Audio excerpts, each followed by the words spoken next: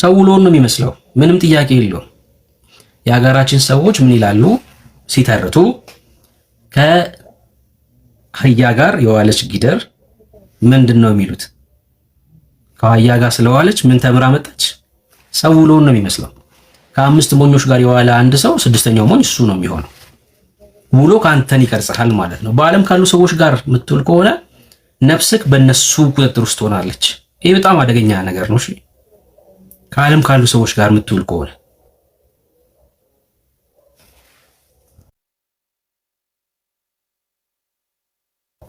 እዚህ ቲክቶክ ላይ በጣም ሁሌ ቤታቸውን ከፍተው የሚጨቃጨቁ ሰዎች አጋጥሟቸው ያውቃል? በሆነውም ባልሆነው የሚጨቃጨቁ ሰዎች ጉንፋን ይዞኛልና ለዛ ነው ጉንፋን ይዞኛል። እዚህ ቲክቶክ ላይ በሆነውም ባልሆነውም ቤታቸውን ከፍተው ዝም ብሎ ሁሌ የሚጨቃጨቁ ሰዎች ታውቃላችሁ አይደል? ታውቃላችሁ እንደዚህ አይነት ሰዎች አሉ። እስኪ ከነሱ ጋር ለአንድ ሳምንት አብሯችሁ ቆዩ። በቀጣዩ ቀን አንተም ገዝተህ ገብተህ መጨቃጨቅ ትጀምራለህ። በጣም ሲሪየስ ነው ይሄ ጉዳይ። እሺ በጣም ሲሪየስ ነው፣ አደገኛ ነገር ነው። እንደ ቀልድ እንዳታዩት። ሁሌ ቤታቸውን እየከፈቱ ከሚጨቃጨቁ ሰዎች ጋር ብትሆኑ ለአንድ ሳምንት፣ በቀጣዩ ሳምንት ገስት ላይ ትገባለህ፣ ከነሱ ጋር ገስት ላይ ትታያለህ። ከዛ አብረህ መጨቃጨቅ ትጀምራለህ። እሺ ፓስወርድ እሺ። በሰባተኛው በስምንተኛው ቀን አብረህ ገስት ላይ ትገባለህ። ከዛስ የመጀመሪያው ቀን ትንሽ ለስለስ ብለህ ትናገራለህ። ከዛስ በኃይል መናገር ትጀምራለህ። ከዛስ በተመሳሳይ ቶን ከነሱ ጋር ማውራት ትጀምራለህ። እነሱ የሚሳደቡትን ስድብ መሳደብ ትጀምራለህ። ውሎ አንተን ይቀርጻል ማለት ነው። አንተነትን ይቀርጻል ውሎክ። የእግዚአብሔርን ቃል ሁሌ የሚያነብሰው ማለት ነው ምንም ነገር ሲገጥመው እግዚአብሔር ከፊቴ ይቀድመዋል ይላል። ለምን? ቃሉ አንተን ስለዘራክ ነው። ውሏችን እኛን ይሰራናል ማለት ነው። ውሏችን እኛን ይሰራናል። ጥንቃቄ ማድረግ አለብን ማለት ነው። ከምንሰማው ነገር መጠበቅ መቻል አለብን። የምንመለከተውን ነገር መጠንቀቅ መቻል አለብን። እያንዳንዱ ነገር ህይወታችን ላይ ተጽዕኖ ስለሚያመጣ የቅድስና ህይወት በቅድስና ለመመላስ የተቸገራችሁ ሰዎች ምንድነው የምታደርጉት ማለት ነው? ከጓደኞቻችሁ ተለዩ። እስካሁን ካሉት ጓደኞች እነሱ ህይወታችሁ እንዳያድግ ማነቆ ሆነዋል። ወስኑ፣ በቃ ወስኑ። እስኪ ለምሳሌ በዓለም ያለ ጓደኛ አለኝ የሚል ሰው አንድ ቁጥር ይጻፍ። በዓለም ያለ ጓደኛ አለኝ የሚል አንድ ሰው አንድ ቁጥር ይጻፍ። አንድ ቁጥር ይጻፍ። ከዛ ብሩክ ነብይ ነው እንዴ እንዳትል፣ እነግርሃለሁ የምታወሩትን ነገር እነግርሃለሁ። የምታወሩት ነብይ ስለሆንኩ አይደለም በጭራሽ። ይሄ ሪያሊቲ ስለሆነ። እሺ አንድ ቀንም ስለ ኢየሱስ አታወሩ ከነሱ ጋር ሆናችሁ። እውነት ውሸት? የምታወሩት ስለ ፋኖ፣ ስለ ብልጽግና፣ ስለ ሸኔ ምናምን ነው። እውነት ውሸት? የምታወሩት ስለ ዓለም ኢኮኖሚ ነው። እውነት ውሸት? የምታወሩት ስለ ኳስ ነው። እውነት ውሸት? ስለ ኢየሱስ ስታወሩ ጀምረው ደግሞ ትባላላችሁ። እውነት ውሸት? በቃ ህይወት እንዳይለወጥ ያደረገው ይሄ ነው። ህይወት እንዳይለወጥ ያደረገው ይሄ ነው። አይገርምም? በቃ ይሄ ነው። ስለ ኢየሱስ ስታወራ ፊታቸው ይጠቁራል። ጀመረው ትባላለህ። በእውነት ነው የምልህ፣ ማንም ሊሰማ አይፈልግም። ይኸውልህ ፋኖ በዚህ በኩል መጥቶ ከዛ ብልጽግና በዚህ ጋር ሄደ፣ ከዛ ቄሮ በዚህ ጋር ምናምን እያልኩ ባወራ ማለት ነው። አሁን በዓለም ላለ ሰውዬ ይመቸዋል። ለምን? የተቀበለውን መንፈስ አይረብሸውም፣ አይናወጥም። ሰውየው ዋው ደስ ብሎት ነው የሚሰማክ። በዛ ነገር ውስጥ ስለሆነ ተቆጣጥሮታል፣ ያ መንፈስ ተቆጣጥሮታል፣ ተይዟል። እና እየሰጠከው ያለከው ምንድን ነው መሰለህ? እየወረወርክ ያለው ስፖንጅ ነው። ትመላለሳላችሁ። እሱም ስፖንጅ አንተ ገብቶሃል። በመሃል አቁሞና ኢየሱስ ብቻውን አዳኝ ነው ስትል አሁን ኮብልስቶን መወርወር ጀመርክ ማለት ነው። አሁን መንፈሱን እየወጋው ነው ያለው። ከዛ ሪያክት ያደርጋል ሰውየው። ወዶ አይደለም፣ በዛ ስፕሪት ውስጥ ስለሆነ ያለው ማለት ነው። ወዲያው ሪያክት ያደርጋል። ኢየሱስ ጌታ ነው በል፣ ወዲያው ሪያክት ያደርጋል። ለምን? አሁን ስፖንጅ አይደለም እየወረወርክ ያለው፣ ህይወት ነው እየጣልክ ያለው አይደል? የተቀበለው መንፈስ መምታት ጀመርክ ማለት ነው። ከዛ ምን ይሆናል ማለት ነው? ይቃወማል። ከዛ አይ ከሚቃወመኝና ጓደኝነቱን ከማጣ ከሱ ጋር ሆናለሁ ትላለህ አይደል? እሱን ከማጣ እሱን የመሰለ ጓደኛ ከማጣ አብሮኝ ነው የሚበላው፣ ደግሞ ስራ ቦታ አብሬው ነው የምሆነው፣ ደግሞ ገንዘብ ሲቸግረኝም ደግሞ ይሰጠኛል፣ ደግሞ በቃ እሱን ከማጣው በቃ ኢየሱስን አላውራ ምናምን ትላለህ። ወዳጄ እሱን አተው ኢየሱስን ተናገር። ጾምህን እደር፣ ኢየሱስን ተናገር። አይስጥ ገንዘብ አያበድር፣ ኢየሱስን ተናገር። እሱ የሚሰጥህን ገንዘብ ኢየሱስ አይሰጥህም እንዴ? እሱ የሰጠህን ጓደኝነት ከኢየሱስ አታገኝም እንዴ? ኧረ ብታጣስ፣ የምሬ ነው ባታገኝስ? ሰው ህይወታችን ላይ ማነቆ የሆነብን ይሄ ነው። በእግዚአብሔር መንግስት ውስጥ እንዳናደግ ያደረገን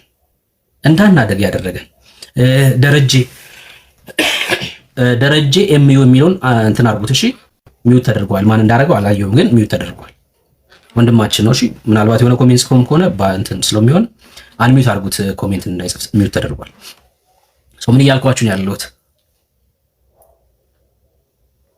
ቅድስና በመለየት የሚመጣ ነው ማለት ነው። ከጨለማው መንግስት ወደ እግዚአብሔር መንግስት መጥተናል።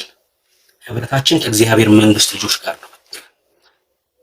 አየህ፣ መለጠፍ መቻል አለብህ። እነሱ ጋር አብረ መሆን መቻል አለብህ። ከዛ ስለ ኢየሱስ ስታወራ አሜን ይላል፣ ይተባበራል። ኢየሱስ እያልክ ህይወት እንዴት ነው የማይቀየረው? ኢየሱስ እያልክ እንዴት ነው በቅድስና ማትኖረው? እንዴት ነው ይሄን ቃል ጠዋትና ማታ እያነበብክ ማትቀየረው? ይሄን ቅዱስ የሆነ ቃል እየተመገብክ እንዴት አትቀየር? ይሄ ቃል አንተን ይሰራል። ሰው ነፍስክ በእግዚአብሔር ቃል ቁጥጥር ውስጥ ይሆናል ማለት ነው።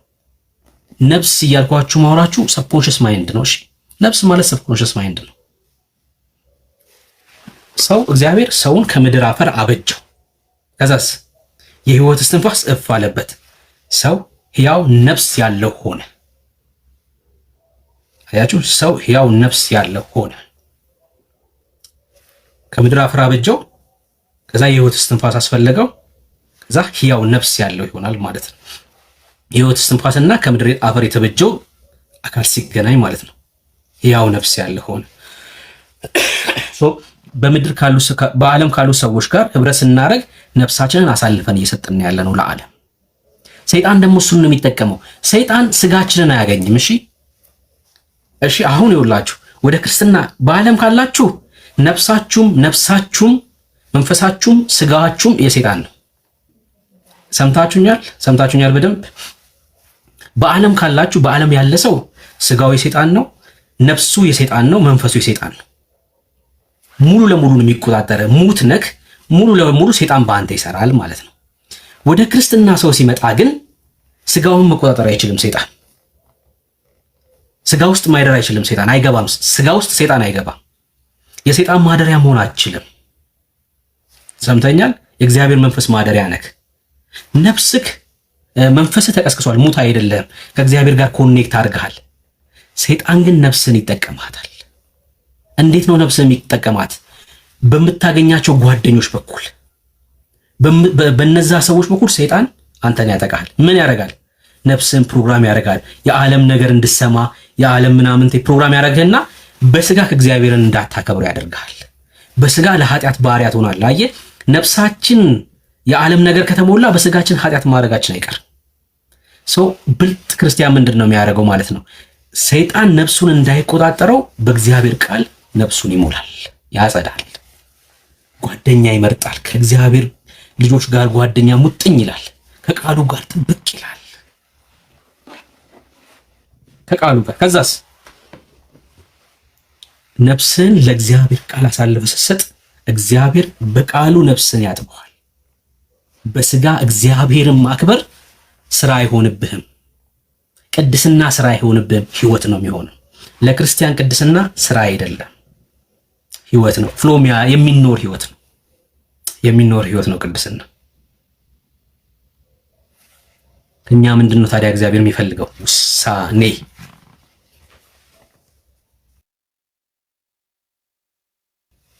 ከኛ እግዚአብሔር ምንድነው የሚፈልገው?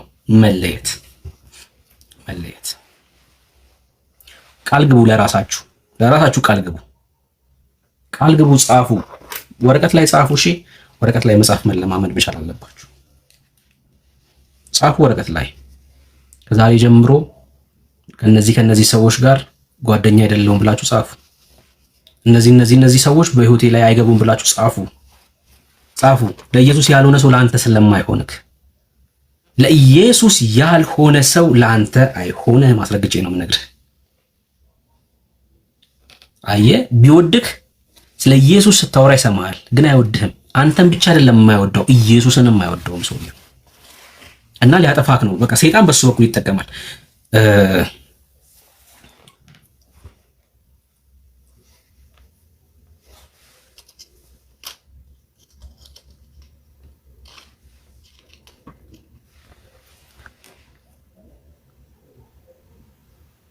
ሁሌም ሰይጣን ሐሳቦችን ወደኛ ይልካል። ለምሳሌ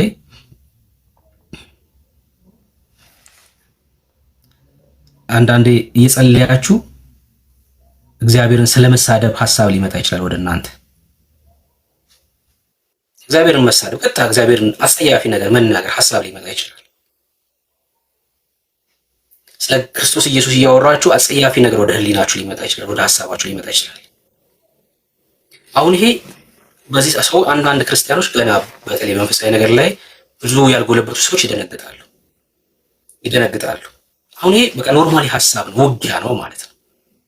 የጨለማው ዓለም ውጊያ ነው፣ ሐሳብ ነው የሚልክብህ። ለምሳሌ ይሁዳ ምንድን ነው የሆነው?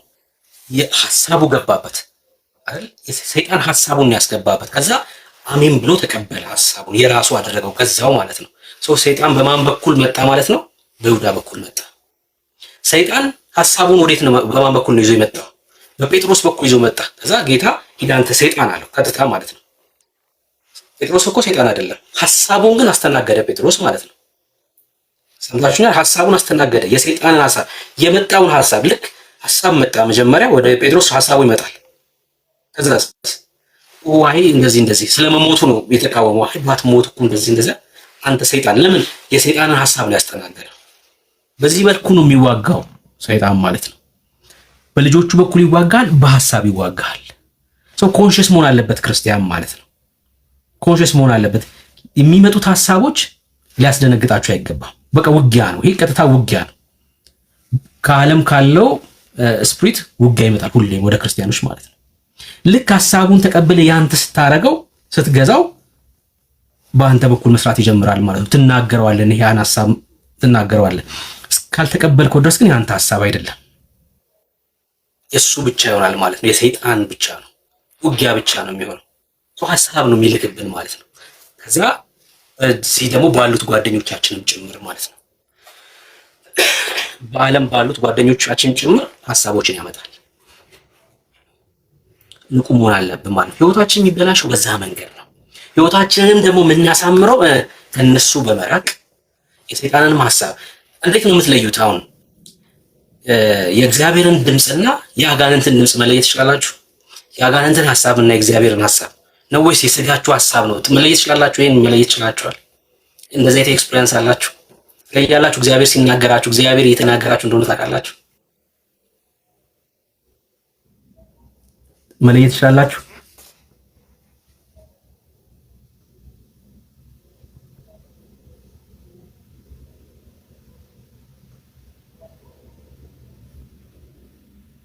መለየት ጀምራችኋል? ለያላችሁ እግዚአብሔር እየተናገራችሁ እንደሆነ ወይስ የሰይጣን ውጊያን ነው? በእግዚአብሔር ቃል ሚዛን አኮ የሚመጣው ድምፅ፣ አሁን የሰማኸው ድምፅ እግዚአብሔር እየተናገረ ነው ያለው። እንዴት እሱ መለየት ትችላላችሁ? ፕራክቲስ አድርጉ። እሺ በቃ ፕራክቲስ አድርጉ። እሱን ደግሞ የምናውቀው በቃል ውስጥ ነው። በቃ እንችላለን። እዚህ ድረስ መብት ተሰጥቶናል። መንፈሳዊ ዓለም ላይ ያለውን ነገር መስማት ማለት ነው። መንፈሳዊ ዓለም ላይ ያለውን መስማት ማለት ነው። መቃወም የምትችሉ ማምለጥ የምትችሉት እግዚአብሔር ሲናገራችሁ ደግሞ አክሰፕት የምታደርጉት በቃል ውስጥ ነው አይደል? በቃል ውስጥ ነው። ሐሳብ ነው የሚመጣው፣ በሐሳቦች ይመጣል። ድምጽም ይመጣል። እግዚአብሔር ቃል በድምጹ በኩል ይመጣል። ሐሳብም ይመጣል። ልክ በአሁን ለምሳሌ ወደ ጴጥሮስ ሐሳቡ እንደመጣ፣ ወደ ይሁዳ ሐሳቡ እንደመጣ ገዙት፣ የራሳቸው ያደረጉት። የሰይጣን ሐሳብ መሆኑን ቢያውቁ እኮ አሁን ጴጥሮስ የሰይጣን ሐሳብ እንደሆነ ቢያውቅ እኮ ይቃወማል። ገብታችኋል ያልኩትን? ጴጥሮስ ለምሳሌ ስለ ጌታ ሲናገር ጌታ አንተ ሰይጣን ነው ያለው። ጴጥሮስ ግን የሰይጣን ሐሳብ መሆኑን እኮ አልተረዳም። ሐሳቡ የሰይጣን እንደሆነ አልተረዳም። ያስተናገደው ልክ ሐሳቡ ወደ አእምሮ ሲመጣ ማለት ነው አስተናገደና ተናገረው። የእሱ አደረገው ማለት ነው። መለየት ቢችል ኖሮስ ይቃወማል ማለት ነው። ትክክል እንዳልሆነ ይረዳል ማለት ነው አይደል? ወደ ጌታ ሐሳቡ ከመምጣቱ በፊት ወይም መለማመድ። ይሄን ደግሞ የምናደርገው ከቃሉ ጋር በመቆየት ነው። በቃል ውስጥ ነው የማድረግ የምንችለው። ወደ ዋና ይሄኛው ትንሽ ሰፋ ያለ ሐሳብ ነው። ስለሞቱ የተናገረበት ማለት ነው ጴጥሮስ ስለ ክርስቶስ ኢየሱስ መሞት የተናገረበት ይሄ ሰፋ ያለ ሐሳብ ነው። ወደዚህ ከገባን መማር መቻል አለብን ራሱን ችሎ ማለት ነው። ሰው በቅድስና ለመኖር በጣም መወደው ቶፒክ ነው። በጣም ብዙ ጊዜ እጸልያለሁ በዚህ ጉዳይ ላይ እና አጠናለሁም ጭምር። ድምጾችን መለየት እንዴት ነው ይሄ ከየት የመጣ ድምጽ ነው የሚለውን ለመለየት መጸለይ፣ ቃሉን ማንበብ ምናምን በጣም ጠቃሚ ነው። በጣም ኮንሽስ እንድንሆን ያደርገናል። ቶሎ እንለያለን፣ አንደናገጥም ምናምን ጥቅም አለው። ሶ ከዓለም ካሉ ሰዎች ራሳችንን መለየት የቅድስና ሕይወት የእግዚአብሔርን ሕይወት እንድንኖር የሚረዳን ነፍሳችንን ደግሞ ለእግዚአብሔር ቃል አሳልፈን የምንሰጥበት ዋና ነው ማለት ነው። ይሄን ሁሉ ያነሳነው ምንድነው ስለ ጽድቅ አውርተን ነው። ትናንትና እዛ ቤተሰብ የሰማሁትን ውይይት በማንሳት ነው ወደዚህ ሐሳብ የመጣሁት። በእግዚአብሔር ቤት ውስጥ የምንኖረው ሕይወት የቅድስና ሕይወት ምልልስ ሁሉ ወደ እግዚአብሔር መንግስት ለመግባት በእግዚአብሔር መንግስት ውስጥ ለመቆየትም አይደለም። የገባነው በክርስቶስ ደም ነው፣ የምንቆየውም በክርስቶስ ደም ነው።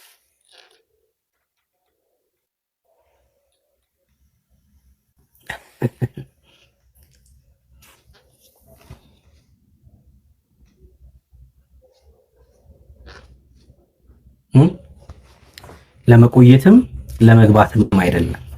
የቅድስና ሕይወት የተጠራነው ሕይወት ስለሆነ የተጠራንበት ሕይወት ስለሆነ ነው። የዘር ጉዳይ ስለሆነ ነው። የክብር ጉዳይ ስለሆነ ነው። ማንነትን የማወቅ ጉዳይ ስለሆነ ነው። የቅድስና ሕይወት ምንቆየው በክርስቶስ ደም ነው። የዳነው በክርስቶስ ደም ነው። ከፍርድ ያመለጥነው በክርስቶስ ደም ነው።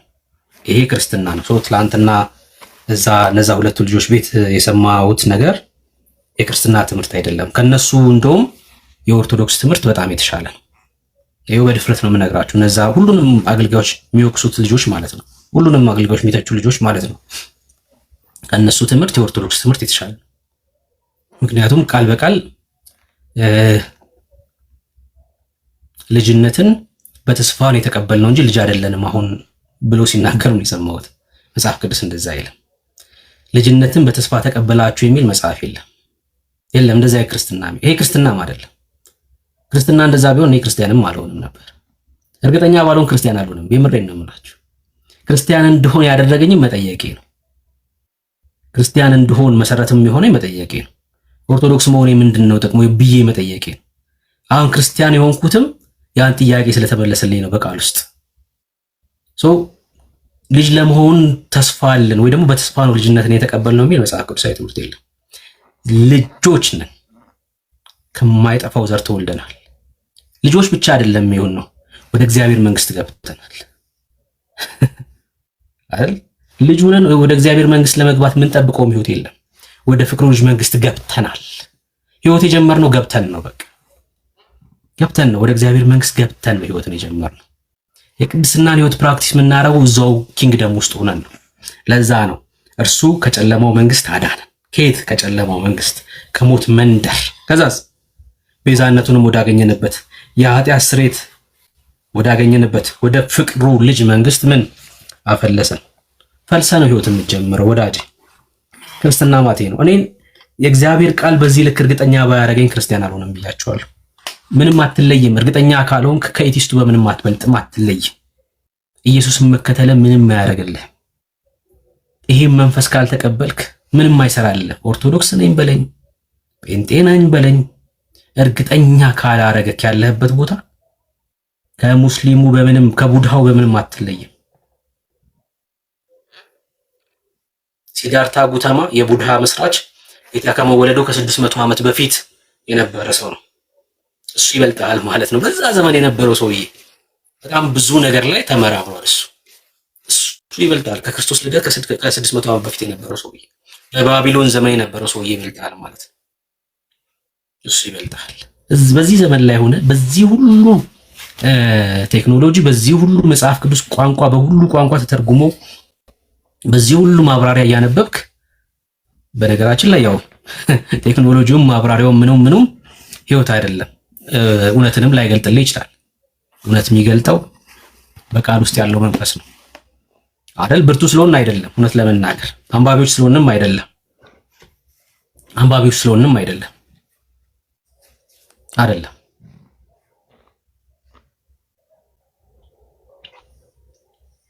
የእግዚአብሔር መንፈስ እውነቱን ገልጦልን ነው። ክብር ለኢየሱስ ይሁን። ሲዳርታ ጉተማ ይባላል። የቡድሃ እምነት መስራች፣ በጣም የባለጸጋ ልጅ ነው። በጣም ነው ታሪኩን የምወደው። በጣም ነው ያነበብኩት ስለሱ፣ ለማየት ሞክሬያለሁ። በጣም ባለጸጋ ሰው ነው። ሜዲቴሽንን ለዓለም ያስተዋወቀው እሱ ነው።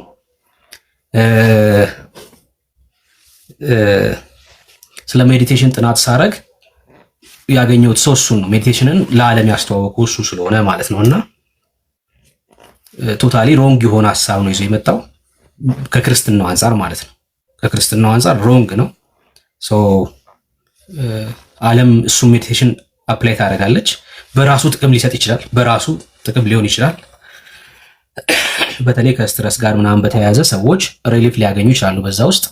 ግን ባይብሊካል አይደለም። መጽሐፍ ቅዱሳዊ ሆኖ ግን ሜዲቴሽን ደግሞ ሌላ ነው። እሺ አሁን እሱ ሜዲቴሽንን እሱ ነው ያስተዋወቀው። እንደዚህ እግሩን እንደዚህ አድርጎ ይቀመጣል እንደዚህ ብሎ ካለበት ስትረስ ምናምን ራሱን ነፃ ለማድረግ አይምሮን በማረጋጋት ውስጥ የሚሰራ ነገር ነው። ማንበብ ምናምን ብቻ ሳይሆን ፕራክቲስን ማድረግዋለሁ። በፊት ፕራክቲስን ማድረግዋለሁ። የክርስትና የሆነው ግን ሜዲቴሽን ደግሞ አለ። እሺ ክርስትናው የሆነ ሜዲቴሽን አለ። የክርስትናው ዓለም የሚያስተምረው ሜዲቴሽን አለ። ያኛው ሌላ ራሱን የቻለ ሳይንስ ነው። ራሱን የቻለ እንትን መጽሐፍ ቅዱስ አይደግፈውም። ትክክልም አይደለም። እንደዛ አይደለም። እሺ በእግዚአብሔር ቃል እደጉ። ለሰዎች ከመሞገትም ትወጣላችሁ አይደለም። እኔ ለሰው ልሞግት ማለት ነው። እውነት ካለ እውነቱን ላሳይ ይሞክራለሁ። ለሰው ልሞግት አይደለም፣ ለራሴ አልሞግትም። እኔ ብሩክ ሌባ ነው ብሎ እዚህ ቲክቶክ ላይ የሆነ ሰው ይዞ ቢመጣ አይመለከተኝም አይደለውም ብዬ ምናምን ገብቼ ላስረዳ ስራዬም አይደለም። እንኳን ለሆነ ሰውዬ ገብቼ ልግሟገት ማለት ነው። ሐሳብ ላሳይ እችላለሁ። እዚህ ጋር እንደዚህ ለማለት ነው እየሞከረ ያለው ልል እችላለሁ። የሆነ ሰውዬ በተለይ ስለ ራሴ ግን አይመለከተኝም። ማንም ምንም ቢል ማለት የሆነ ሰውዬ ቤቱን ከፍቶ ብሩክ የ7 ሚስቶች ባል ነው፣ የ7 ሴቶች ባል ነው ሊል ይችላል። ምን አገባኝ? አይመለከተኝም። የእግዚአብሔር ቃል ይቀይራችኋል ነው ዋናው ሐሳብ ምንድነው? የእግዚአብሔር ቃል እናንተን ይቀይራችኋል። ኢጓችሁ እንዲሞት ያደርጋል። ገብቷችኋል? ይቆጣጠራችኋል፣ ኮንትሮል ያደርጋችኋል። ሰዎች ቢሰድቧችሁ ቢጠሏችሁም ለነሱ ፍቅር ይኖራችኋል። ትዕግስት በእናንተ ላይ ያድጋል። አገኛችሁኝ? ትዕግስተኛ ትሆናላችሁ። ቁጡነታችሁ ይጠፋል፣ ሊሞታል ቁጡነታችሁ። የተረጋጋ ሰው ቶሎ ስሜት አያትሆኑ። በጣም በሚገርም ሁኔታ ብዙ ሰዎች ቀናችሁን፣ ሳምንቶቻችሁን ለሰው አሳልፋችሁ ሰጥታችኋል። ገባችሁ? ቀናችሁን፣ ውሏችሁ ለሰው አሳልፋችሁ ሰጥቷችኋል። ለምሳሌ 70 ሰዎች አላችሁ። ከ70 ሰዎች መካከል የተወሰነው ሰው ዛሬ የሰው ነገር ሲያብሰለስል ነው ያለው፣ ሲናደድ ነው ያለው፣ ሲበሳጭ ነው ያለው። ኤክስተርናሊ በሆነ ነገር ማለት ነው። ስትበሳጭ ነው ያልከው፣ ስትናደድ ነው ያልከው። የሆነ ሰውዬ የሆነ ነገር በማድረጉ ምክንያት እንዴት እንደዚህ ያደርጋል እያልክ ስትብሰለሰል ነው ያልከው። ለምን እያልክ ማለት ነው። ለምን ፊቱ ጠቆረብኝ ብለህ ስትብሰለሰል ውለሻል። ለምንድን ነው ያኮረፈችኝ? ለምንድን ነው ሰላም ስላት ዝም ያለችኝ እያልሽ የተብሰለሰልሽ ነው ያልሽው። ይሄ ማቹሪቲ ነው። እሺ ቀናችሁ ተበላ ማለት ነው። ከዛ ቃሉን እንድታነቧችሁ ተገልጡና ሐሳባችሁ ወደ ሌላ ቦታ ሄዳል። የሆነ ነገር መስራት አትችሉም። ለምን አይምሯችሁን ተቆጣጥረዋለች ያቺ ሴትዮ ወይ ያ ሰውዬ ተቆጣጥሮታል። በዛ ሐሳብ ውስጥ ነው ያላችሁት። ኮንትሮል አድርጓችኋል እናንተ። ከዚህ ነገር መውጣት የምትፈልጉ ከሆነ የእግዚአብሔርን ቃል አንብቡ። እናንተን ስለሚሰራችሁ ስለሚቀይራችሁ፣ እናንተም ሙሉ ለሙሉ ስለሚቀይራችሁ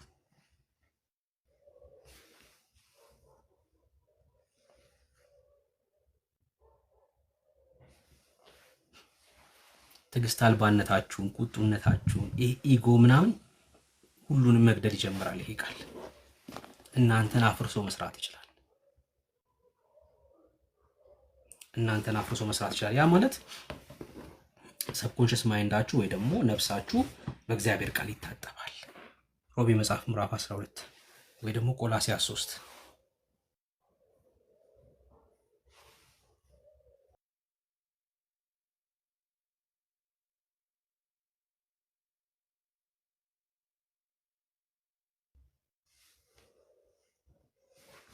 ቆላስይስ 3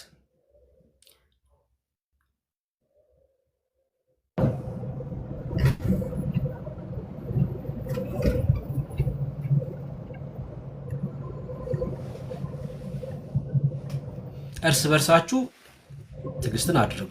ከቁጥር 10 ጀምሮ አንብቡ። የፈጠረውንም ምሳሌ እንዲመስል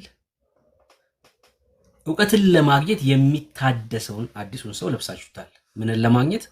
ዕውቀትን ለማግኘት የሚታደሰውን አዲሱን ሰው ለብሳችሁታል። በዚያም የግሪክ ሰው፣ አይሁዳዊ፣ የተገረዘ፣ ያልተገረዘ፣ አረማዊ፣ እስኩቴስም፣ ባሪያም፣ ጨዋ ሰውም መሆን አልተቻለም። ነገር ግን ክርስቶስ ሁሉ ነው፣ በሁሉ ነው።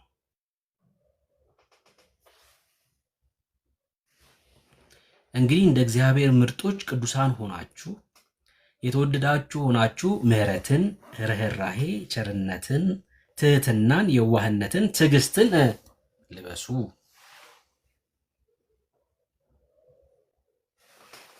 እርስ በርሳችሁ ትዕግስትን አድርጉ።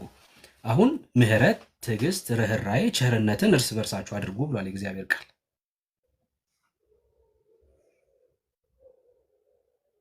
አሁን ይሄ የቅድስና ዋና ነው ማለት ነው። እንዴት ነው ታዲያ በእግዚአብሔር መንግስት ውስጥ ለወንድማችን ምሕረት እናደርጋለን ወይ? ቸርነት እናደርጋለን ወይ? ይቅርታ እናደርጋለን ወይ? ትህትና፣ የዋህነት፣ ትዕግስት አለ ወይ በእኛ ውስጥ ካላችሁኝ በጭራሽ እሱ አይታይም። ለምን? የሚታደሰውን አዲሱን ሰው ምንም ስላላረግን ስላላደስ ነው። በማደስ ውስጥ እውቀትን ስላልጨመርን የአዲሱ ሰው ስላልታደሰ ማለት ነው። የለበስነው አዲሱ ሰው አልታደሰም። ከዓለም ይዘነው የመጣ ነው እውቀት፣ ከዓለም ይዘነው የመጣ ነው ፕሮግራም አሁንም እኛን ኮንትሮል ስላደረገም ማለት ነው።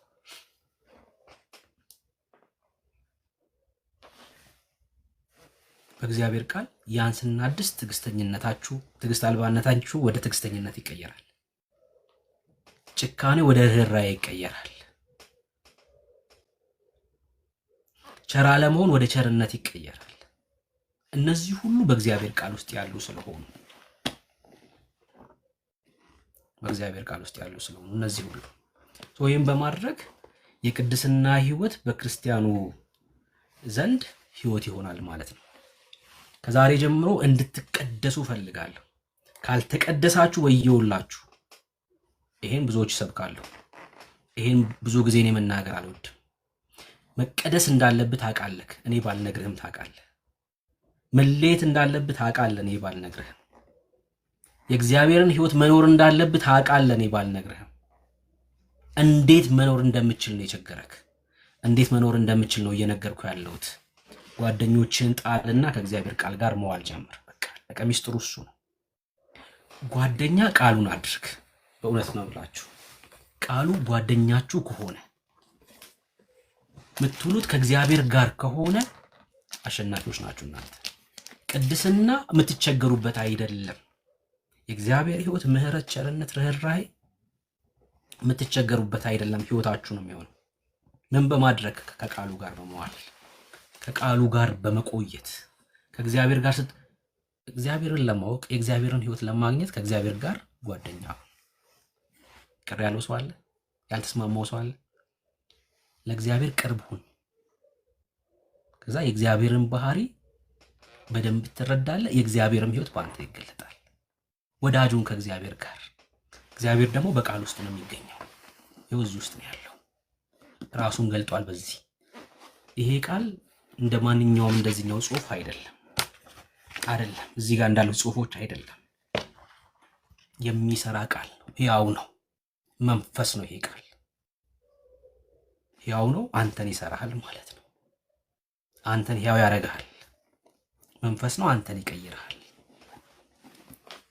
ይሄ ቃል አንተን ይሰራል። ሰው ከእግዚአብሔር ቃል ጋር ጓደኛ መሆን፣ ቅርብ መሆን።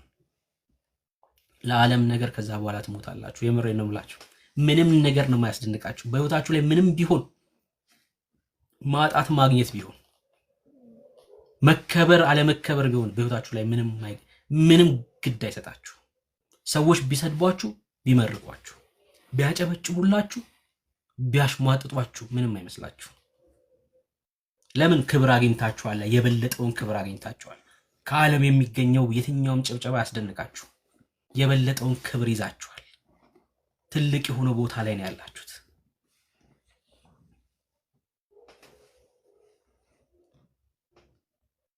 ይሄን ለማድረግ የቅድስና ህይወታችን እንዲሆን አሁን ካሏችሁ ጓደኞች ተለዩ። አሁን ካሏችሁ ጓደኞች ምላችሁ በዓለም ካሉ ጓደኞች በሙሉ ተለዩ። በቃ ተለያችሁ፣ ወስኑ፣ ተለዩ። እሱ ለቅድስና ህይወታችን መሰረት ነው። ጥያቄ ያለው ሰው ካለ ጥያቄ ያለው ሰው ካለ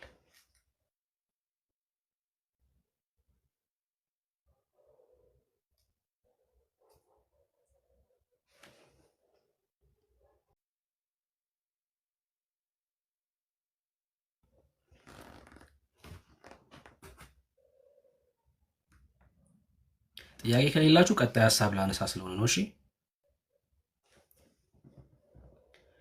ክርስቲያን ሆነው ዋዘኛ ከሆኑ ሰዎችም ተለዩ። ሁለተኛው ሐሳብ ደግሞ ይሄ ነው። እስካሁን ተለያችሁ ያልኳችሁ ሰዎች እነማን ናቸው? በዓለም ካሉ ጓደኞቻችሁ ተለዩ ነው እያልኩ ያለሁት። አሁን ደግሞ ክርስቲያኖች ሆነው ዋዘኛ ከሆኑ ሰዎች ተለዩ። ሁሌ ጨዋታ ከሆኑ ሰዎች፣ ሁሌ ጭቅጭቅ ከሆኑ ሰዎች ክርስቲያኖች ናቸው እኮ እናንተ ይኸውላችሁ፣ ሁሌ ከሚበልጣችሁ ሰው ጋር ዋሉ። ማደግ የምትፈልግ ከሆነ ከሚበልጥ ሰው ጋር ዋል። ከሚበልጥ ሰው ጋር፣ በመንፈሳዊ ህይወት ከሚበልጥ ሰው ጋር፣ በእግዚአብሔር ቃል ዕውቀት ከሚበልጥ ሰው ጋር ዋል። ለምን? አንተን ወደሱ ስለሚጎትት ማለት ነው። አንተን ወደሱ ስለሚጎትት በመንፈሳዊ ህይወት ከአንተ ከሚያንስ ሰው ጋር ስትውል እሱ ወደሱ ነው የምትጎትተው። ወደሱ ጨዋታ ትሄዳለህ ማለት ነው። ወደሱ ግርግር ትገባለህ። ሳታስበው ከሱ ጋር ተመሳስለህ ትኖራለህ። ክርስቲያንን የሚሉ የሚሳደቡ ሰዎች አሉ እዚህ ቲክቶክ ላይ። ክርስቲያንን እያሉ በጣም ዝባዝንኬ ወሬ የሚያወሩ ሰዎች አሉ። ምን ታረጋላችሁ እዛ? በቃ ምን ታረጋለህ? እራሳችሁን ተመልከቱ። የምሬን ነው የምላችሁ። እንደነሱ ሆናችኋል። ሳታውቁት ተመሳስላችኋል። እንዴት እንደዚህ አይነት ነገር ያወራሉ የምትሉ ሰዎች አሁን እሱም ማለታችሁን ትታችሁ አብራችሁ መዋል ጀምራችኋል። ቁጭ ብላችሁ ከነሱ ጋር ተስማምቷችኋል ያ ነገር። በፊት ትቃወም ነበር። በፊት እየገባ በኮሜንት ትቃወም ነበር። አሁን ግን አቁመ ከነሱ ጨዋታ ጋር ተስማምተሃል። አብረ ባትጫወት እንኳን አብረ ተቀምጠሃል። ነገ ደግሞ የነሱ ወሬ ተካፋይ ነህ። አያችሁ፣ ክርስትና በቃ ውሳኔ ይፈልጋል ማለት ነው። እያንዳንዱ ነገራችን በውሳኔ የተሞላ ነው። ሰይጣን እነዚህ ስፒሪቹዋል ነገር በጣም በቃ ሰይጣን ይሄን ሁሉ ቀዳዳ ነው የሚጠቀመው። ይዞራል እኮ አለ፣ እንደሚያገሳ አንበሳ ይዞራል። ለምን? አንተን ለመጣል የማያደርገው ነገር የለም። እንዳይሳካል፣ እንዳያምርብህ፣ ቃሉን እንዳትናገር የአንተን ፕሮግራም መያዝ ይፈልጋል። ህይወትን መቆጣጠር ይፈልጋል። ይሄን ደግሞ የሚያደርገው በዙሪያ ባሉ ሰዎች ሐሳቦችን በመልቀቅ ነው። በዓለም ካሉ ሰዎች ብቻ አይደሉም። ህይወት ላይ አንድ ደረጃ እንድታድግ ከማያደርጉ ሰዎችም ተነጠል፣ ተለይ። ምን ያደርግልሃል? እስኪ ራሳችሁን ታዘቡ። ትጸልያላችሁ፣ ከነዛ ሰዎች ጋር ውላችሁ ስትጨቃጨቁ ውላችሁ ማታ የመጸለይ ጉልበት አላችሁ። ከዛ ወጣችሁ ቃሉን ታነባላችሁ? አታነቡ። ማስረግጬ ነው የምነግራችሁ። መጸለይ አቁማችኋል። በጣም በእርግጠኝነት ነው የምነግራችሁ። እንደውም ሰዎች ሲጸልዩ ማፌዝ ጀምራችኋል። አልነግራችሁም? በቃ እንደዛው ናችኋል። አፍ አውጥታችሁ ባትቃወሙ ልባችሁ እንደዛ መናገር ጀምሯል። ይሄን ለማወቅ ማንም ሰው ነብይ መሆን አይጠበቅበትም። ሲስተሙ እንደዛ ስለሚሰራ እንደዛ ነው ሲስተሙ የሚሰራው። በቃ ተለዩ። ከሚበልጥ ሰው ጋር ዋል። ቃሉን ከሚመግብ ሰው ጋር ዋል። እዚህ ቲክቶክ ላይ የሚጠቅም ነገር ከሌለ ዩቲዩብ ላይ ክፈት። መምህራኖች አሉ፣ በቃ ጎበዝ መምህራኖች። በተለይ ደግሞ ስለ ህይወት መማር የምትፈልጉ ከሆነ የምሬን ነው የምላችሁ። በጣም የጠቀሙኝን ሰው ልጠቁማችሁ። እኔ አልወድም እንደዚህ ማውራት። አንድ ቪዲዮ ግን ሰርቻለሁ። ቄስ ትዕግስቱን ስሟችሁ። ስለ ህይወት መማር የምትፈልጉ ከሆነ ህይወታችሁ እንዲስተካከል የምትፈልጉ ከሆነ ቄስ ትዕግስቱ ብላችሁ ሰርች አድርጎ ዩቲዩብ ላይ ስሟቸው። ቄስ ትዕግስቱ እንዴት እንደሚቀየር ህይወታችሁ መስማት ግን አይደለም መተግበር ጀምሩ። ህይወታችሁ ያብባል። የክርስትናን ህይወት ፕራክቲስ እንድታደርጉ ያደርጓችኋል። መዋል ያለብህ ክርስቲያንም ሆኖ ከሚበልጥ ሰው ጋር መዋል ጀምር። ከሚበልጥ ሰው ጋር በምን? በመንፈሳዊ ህይወት፣ በቃሉ መገለጥ የሚመግብ አንተን ወደሱ ከሚጎትት ሰው ጋር ከሱ ጋር ዋል። ክርስትና በዚህ ውስጥ ስለሆነ ፓኬጅ ነው ክርስትና። ብዙዎቻችን ክርስቲያንን እንላለን እንጂ የክርስቲያን ህይወት የለንም። ዋሻው እንዴ? አልዋሻው። ስማችን ነው ክርስቲያን ይሆን? ተሳሳትኩኝ?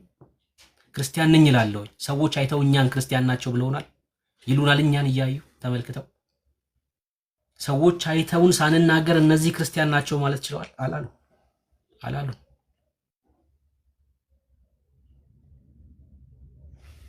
በክርስቶስ ግን እነዛ ምን ተባሉ? ክርስቲያን ተባሉ ክርስቲያን። ለምን? ህይወታቸው ይናገራል። እነዚህ የክርስቶስ ናቸው ተባለ። ህይወታቸው ይናገራል። ንግግራቸው ያስታውቃል። እኛን ሰዎች አይተው ክርስቲያን ናቸው፣ እነዚህ ክርስቲያን ናቸው፣ ይሄ ለእግዚአብሔር ህይወቱን የለየ ሰው ነው ማለት ችለዋል? አልቻሉም። እንደዛ ክርስቲያንን ግን እንላለን።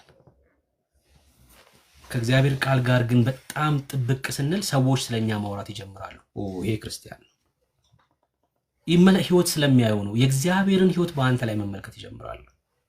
ደግነትን፣ ፍቅርን፣ ርህራሄን በአንተ ላይ መመልከት ይጀምራሉ። ቸርነትን በአንተ ላይ ያያሉ። የለም በዓለም ይሄ ዓለም ይሄን ልሰጥ አትችልም። ክፋትን ነው የምትሰጥክ፣ ጦርነትን፣ ቂምን፣ ጥላቻ። ይኸውልህ ክርስቲያን ለምሳሌ አስረግጬ የምነግራችሁ ነገር ሴትን ልጅ አይደፍርም ክርስቲያን። አንድ ሰው ሴትን ከደፈረ ክርስቲያን አይደለም።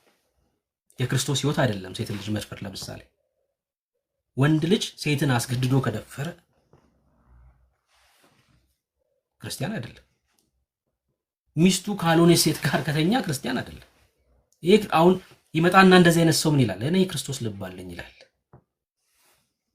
እኔ የክርስቶስ ልብ አለኝ። ወዳጄ እሱ አይደለም የክርስቶስ ልብ አይደለም። የክርስቶስ ልብ የክርስቶስ ልብማ እንዳንተ ከሆነ ምኑ እንዳንነውኝ አልዳንም እኮ። ግን የክርስቶስ ልብ እንደኛ ከሆነ አልዳንም። የክርስቶስ ልብ እንዲኖረን ግን ከቃሉ ጋር መዋል ነው። ከዚህ ቅዱስ ቃል ጋር መዋል መጣበቅ፣